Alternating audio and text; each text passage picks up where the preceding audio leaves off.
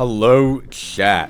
Dan VR, and not 24 hours after the Senko drama and new DeepTuber drama has occurred. Normally, like I said before, we're on the sort of 90-day cycle, but we really blew it out of the water. So as many people have noticed, a couple days ago, NoGo made a video advertising the creation of a build advisory server, essentially, for the Lancelot Guild. What that means is that you can pay real money through, like, Cash App or PayPal, and they will then create a build for you, which is... Oh my god, I'm all stuffy. Which is obviously incredibly unethical. He did ask Horror, and Horror said that while it's not against the Deepwoken actual, like, terms of service, it is against Roblox terms of service. These people, they're trying to, like, blur the lines when they debate this. Well, technically, it's like I'm advising them, or it's like I'm just giving them advice, like on Fiverr. What these mouth breathers fail to account for is that you have to be 18 plus to be a buyer or seller on Fiverr. The only other alternative to use Fiverr as a minor is if you are on an account owned by a parent or has the parental controls activated, which does not exist. There's no form of control or guidance when it comes to random people just making builds and selling them on the internet.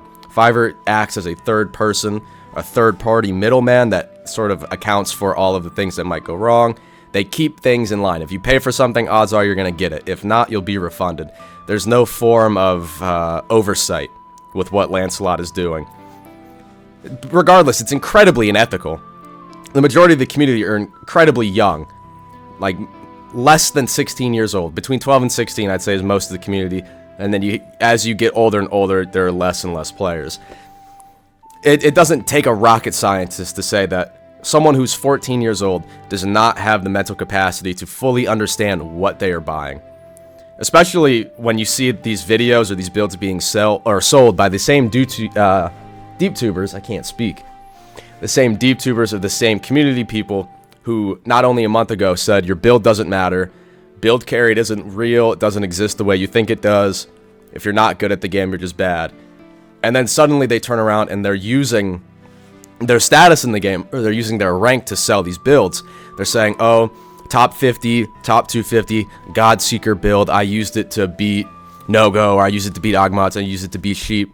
So what they're doing is, these same people who have told you for months, builds don't matter, you don't know what you're talking about, now when they've realized that they can find a way to scam children, have changed the narrative to, oh yeah, this build, I got top 250 on this build, if you buy it, you're going to do so much better, you're going to be so good at the game, which is that within itself is almost just a marketing scam. Like, there's so many layers in which this whole situation is fucked, and no one's being held accountable because, unfortunately, a lot of the people carrying it out have connections with the staff, and in no surprise to anyone, the staff is inept. Most of them don't even know their own rules, they are corrupt, and of course they are biased, right?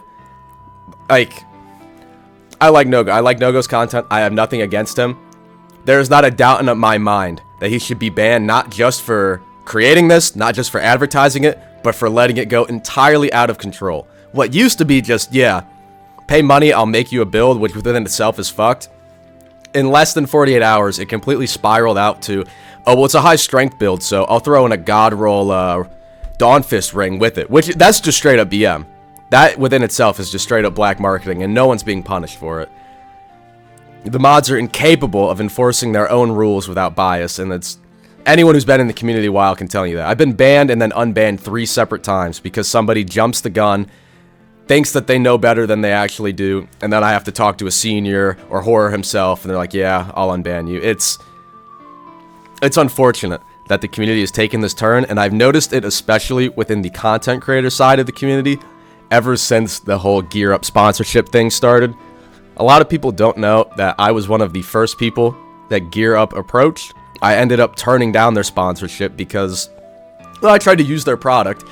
I'm not going to promote something to my fans that I don't think works, or I'm not, using myself. So I tried using their product. I tried looking up their company, like their mission statement, what they're about, people's experiences with them.